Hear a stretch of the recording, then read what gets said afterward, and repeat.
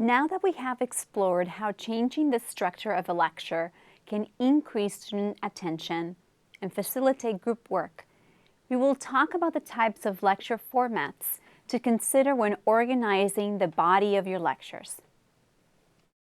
Rosenshine's and First's meta-analysis identify variability in instructional methods as the second most influential teacher behavior variable on student learning. In fact, from the session titled Principles of Learning, we learned that varying the conditions under which learning takes place facilitates meaning-making. Coding information through the use of different modes of organizational schemes leads to a richer set of connections between concepts and facilitates the construction or adaptation of existing mental frameworks. Here are different formats that you can consider when organizing the body of your lecture. These represent only a sample. Different formats might be better suited for different disciplines or instructional approaches.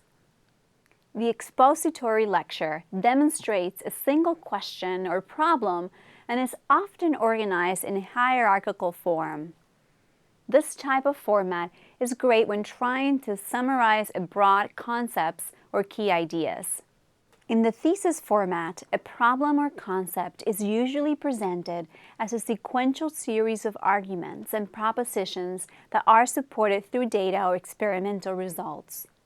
In this type of lecture, the most common approach is to present some initial data, followed by a hypothesis that can explain the data provided, and additional data that either supports or alters the proposed hypothesis. This format is particularly appropriate when exploring experimental approaches. When using the problem-solving format, the lecture begins with a difficult problem or an interesting question. The answer to the question unfolds throughout the lecture, preferably with student participation. This type of lecture format is very applicable to many of science and engineering courses. In the case study format, the lecture begins with a real-life case scenario that the students then follow step by step, drawing general principles from it. This type of format has been extensively used in business, law, and medical school education. Now that we've talked about some of the principles and considerations of preparing a lecture, let's apply some of them throughout the completion of a small group activity.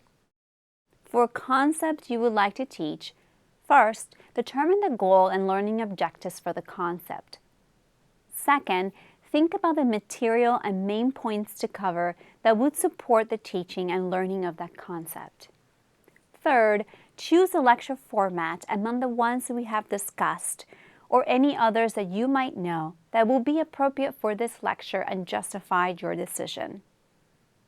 Work individually for 15 minutes and then share your ideas with a colleague if appropriate. Also, post your individual answers in the online discussion forum.